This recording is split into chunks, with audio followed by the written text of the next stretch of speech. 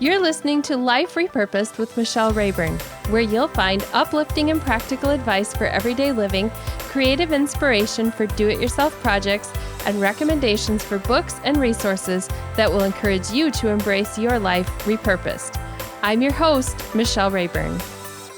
Well, hey there, I'm going to talk about one of my favorite topics today. We're going to be talking about goals. And if you wonder, why in the world do I cover goals so much on this show? Why is it one of my regular topics? It's because I believe God has created us with a purpose. And you'll see that I cover purpose a lot too. And I believe that often we limit ourselves on the things that God has called us to do because we think too small, or we think we can't, or we think we don't have the resources. And so we just keep on going with everyday life the way it is, and we stop thinking about our goals. So I'm here to encourage you this week to talk about the goals and specifically think about the factors that affect the outcome of striving for your goals.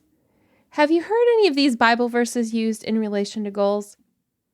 Proverbs 16, verse 3, "Commit to the Lord whatever you do, and He will establish your plans."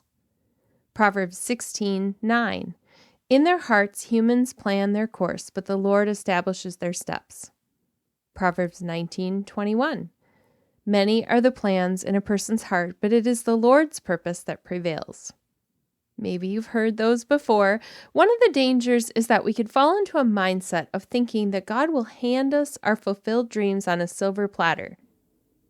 We might start to think He will do all of the work and just hand us the finished dream. But that isn't how it works, is it? Unfortunately, it's how we sometimes think. And so we keep talking about dreams and we keep talking about goals, and we think that God will put all the pieces together if He wants it to happen. I think that when we seek Him first, He gives us a dream. And then that dream is more like an unassembled dollhouse kit. Now, I had one of these when I was a kid. It comes flat in a box. It comes unpainted, undesigned, but the framework is there. So we have to follow the instructions and we put it together with the resources. And when it comes to a dream, it's like that too. We put it together with the resources that God gives us.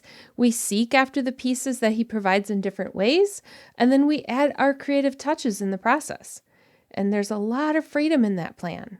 So I don't think He just hands us a finished dream. He doesn't give us a blueprint that has all the steps laid out. He says, I have this plan. Here's the outcome. I'm going to help you along the way, but you have to take the steps to get there. So if you can identify what leads to success, you're going to be more likely to pursue your goals. But first, you need to know why you're going after it. And this is why I'm going to start here before I give you any other practical tips. If you don't know why you have a certain goal, you're going to take a meandering path to get there. It's so easy to get off track if you have no idea where you're trying to go. And this is what happens with our goals. We know where we want to go, but we don't understand why we want to go there. And so we just keep talking about going there. But we have to get down to the why. I want you to imagine that I wanted to drive across the country to visit my family in California. And let's say I forget along the way why I'm going. I know I want to go to California, but I don't know why anymore. So along the way, I'm driving along and I see the mountains in Colorado and they look really cool. And there's the Garden of the Gods there and I can go hiking and exploring. So I veer off track and I go exploring something else. I'm still in the car, I'm still on the road, but no, I'm not going in the right direction. And I think, well, I could give up on going to California because I like it here in Colorado. So let's pursue this. The problem with that is that my family is not in Colorado, and that's why I started out in the first place. I was heading out to see family. So when you think about your destination and your goals, you have to think about why you're going there, or along the way, something's going to come up and you're going to totally get off track and you're going to think, well, this goal is fine over here, or I'll just take this little detour over here, and you're going to lose track of your why. For every one of us, it's going to be different. Now, I want to identify a couple of different kinds of goals so you can kind of see why you need to identify the why. Why the why? Okay, so let's look at some types of goals. There could be like getting out of debt, getting a degree, writing a book, learning to paint, getting a promotion, losing weight, or getting healthier. Now, if we were to write out that goal, let's say getting out of debt. That's a goal to pursue. But if I don't know why I want to get out of debt, if I don't look at the freedom it's going to offer me, if I don't look at what's going to change in my life and what I could do if I didn't have debt, along the way, I'm going to think, what's the big deal? I don't have to get out of debt anymore. Writing a book is like that. If I don't understand why I'm writing a book and it's just for the sake of writing a book, I'm going to stop somewhere along the way when I just get tired or get distracted or I lose track. If I want to lose weight, I have to know why I want to lose weight. I'm not very motivated if it's just a number on a scale, but if I understand a bigger picture of why, then I want to stay on track. So what I want you to do is write out your goal. I want you to put it on paper, and then I want you to write a statement about why you want to reach that goal. So that statement and that goal are going to be what you're going to be looking at. Now, we're not looking at the how right now. We're just looking at the why. So I want you to do that. If you're riding in the car and you're listening, I want you to do that later when you're at home and get out paper, get out your journal, or when you get to your destination, do it on your phone and type it out. But I want you to write out your goal, and I want you to write out why you want to reach that goal. Now, stay listening because I'm going to give you a tool for that at the end too if you want a place to start. So I'll give you that in the resources. Okay, now we're going to look at some practical tips.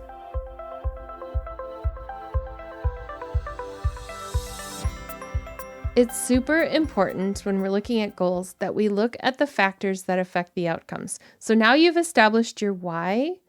Now it's important to look at all the things that can affect that. Now, this is not going to be an exhaustive list, but this is going to be some of the basics that come into play with almost every goal that you could set. There are going to be some questions that we need to ask and some resources and factors that we have to consider in order to reach that goal. The first one is time. We have to ask the question of, where will I make time for each step that goes along with this goal? How much time will it take? How much will I need to block on my calendar? How will I combat procrastination when time starts to get away from me and I'm behind on the steps that I need to take on this goal? If I'm going to get a degree, it's going to take time. If I'm going to exercise, it's going to take time. Sleep takes time. Every goal that I have is going to take some amount of time. I don't know if I can think of any that don't take time. Even financial planning means sitting down with some time to plan out those steps and to take the time to enter my budget in every month. So no matter what the goal is, you're going to need to know how much time it's going to take and how you're going to make that time, where it's going to come from. The next thing that affects the outcome in a lot of goals is money.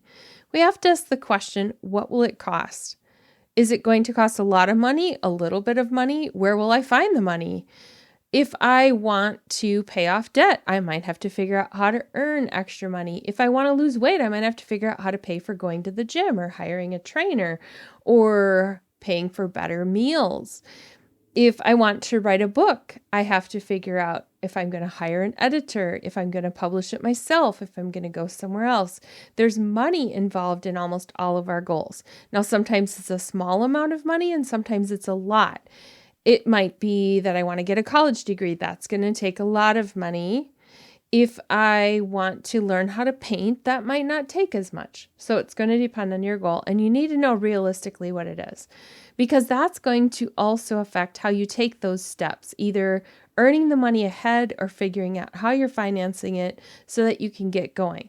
What happens is you could plan an elaborate goal, and if you don't stop to think about how much it's going to cost in time and money, you might never take any of those steps. Okay, now there's some other things that go along with affecting the outcome of our goals. The next one is skills.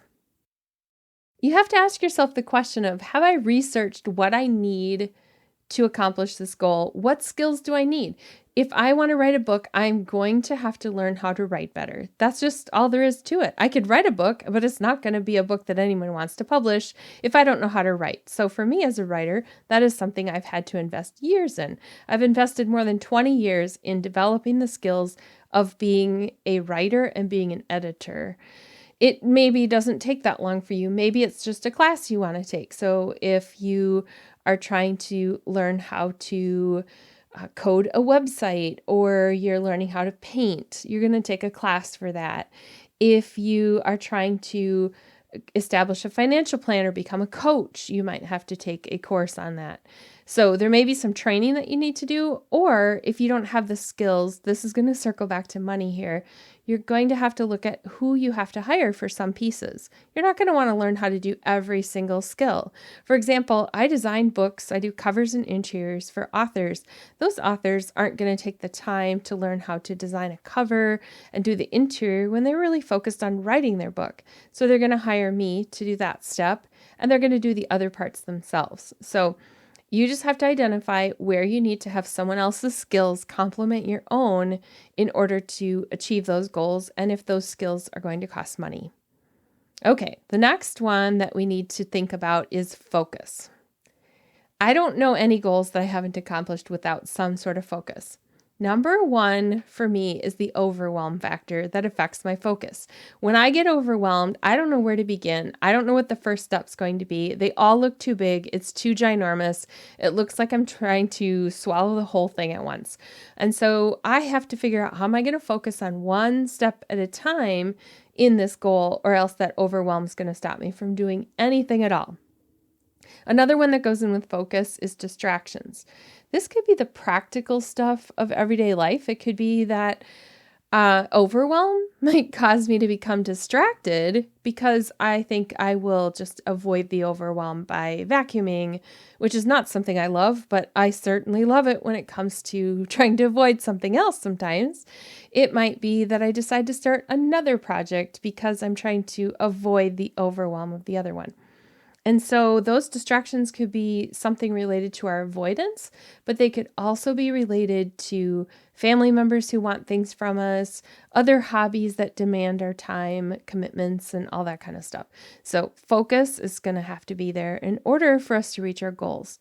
The other thing you want to think about is, what am I going to do when I have a setback? If I'm progressing along really well on a goal, what am I going to do if my progress slows down? This comes along especially when it comes to health-related goals, because they don't always happen at the speed at which we want them to happen. And so it helps to have a plan for what I'm going to do if I have a setback and the pace is slowing down. Another thing related to focus is going off the path and chasing shiny objects. This is when you forget that you had this one big goal going, and you divide that goal along the way until it becomes like a big snowball, and you can't stop it because now it got too big. Here's an example. Let's say I want to start a business, and I have an audience in mind for this product I'm going to make, and I'm going to target that audience. I'm going to make this product just for them. And then along the way, what happens is we think, oh, it could be for this person and that person, and I could make this product to go with that product. And if I do that product, well, then I have to make this one. And pretty soon the goal becomes ginormous and the audience is really spread out and we don't even know where we're going anymore. And so it's really important to not just chase after those shiny objects, put them on a someday list and just keep moving forward with the initial goal, knowing that eventually when I have some time, I could circle back around and see if I can implement any of those other ideas. But to just be aware that not every idea that comes into my head is one that I should pursue right then. The last thing in the focus category is to think about progress and how am I going to check up on my progress? How am I going to celebrate my steps along the way? And just how am I going to know that I'm moving forward toward the goal? Am I going to set deadlines, or am I going to block out chunks of time? How am I going to stay focused and check on that progress? Okay, we have a couple more that go along with this. So the next one is control. This is related to our goals in that you have to ask the question, are you reaching for something that is within your control or out of your control? Here's an example. If my goal is a promotion, I can do all sorts of things to earn a promotion. I can do all sorts of things to make myself appealing to my boss. I can, do all those. But the actual promotion is outside of my control. That involves my boss actually deciding I'm worthy of the promotion and giving it to me. And so I might get all the way through all the things I can do, and then I'm still at this place where it's in someone else's control. So it's helpful to know which parts of my goal are within my control and which parts are in someone else's control. That way, along the way, I'm not as discouraged if things don't move along exactly the way I want to. And I may even need to have a plan B. Maybe it isn't going to be the promotion if that doesn't come. Maybe it's going to be changing companies or something like that. So it's important to know that the goal might have to pivot if it's in someone else's control. Another one that could be in someone else's control is when you have somebody who you're collaborating with. And so that might be that you are working together and making those decisions. So you're going to have to compromise and collaborate. And so not everything about it is in your control. So think about those steps ahead so you don't have those surprises along the way that you might have to navigate. All right, let's do the last two. They're kind of related, but let's first talk about habits. Habits are going to affect whether you reach any sort of goal because habits relate to excuses and they relate to how we use our time. They actually relate to a lot of things we've talked about, our focus and our money and our resources and all of those things. But if we can establish habits that leave space for us to pursue goals, then we'll see success. And so there are some things that may need to pivot along the way, especially with health-related goals, but with any goal. With finances, my financial spending habits are going to change. I'm going to have to look at which ones need to be adjusted. I also might want to look at which habits I want to protect. So for me, if self-care is a habit that I need to protect, I need to figure out where I'm going to still have that in there, even when I'm going like crazy after my goal. If I have a really good habit of exercising, I need to figure out how I'm going to protect that for my health goals so that I don't get so off track with something else that I lose the time and ability to do the exercise. So you kind of get the idea. The last one ties into this quite a bit, and this is mindset. First off, we need to look at any limiting beliefs that we have, things that like when you come up with the I can't, or I'll never be able to do it this way. It might be that I'm limited thinking I have to think small. I don't want to make my goals too big because they might not fit in with my friends or my family or whatever. So you have to look at your mindset and say, am I limiting myself? Am I talking self-talk that tells me I can't do it? And so you want to identify those things and be aware of them so that you can create new dialogue within yourself so that you can reset that mindset into something that says, I can, or it's okay if I think big and go for a bigger goal than limiting myself. So when we look at all of these things, these are just some factors that affect the outcomes, but it's time, money, skills, focus, control, habits, and mindset. Now, I've created a resource that I'm going to tell you about in a couple of minutes, and that is going to help you with all of these things. It's a worksheet that you can identify your goals and take those next steps. So stay tuned, here it comes. Okay, I have created a custom resource for you this week. This is brand new. It's a worksheet to help you write out your goal.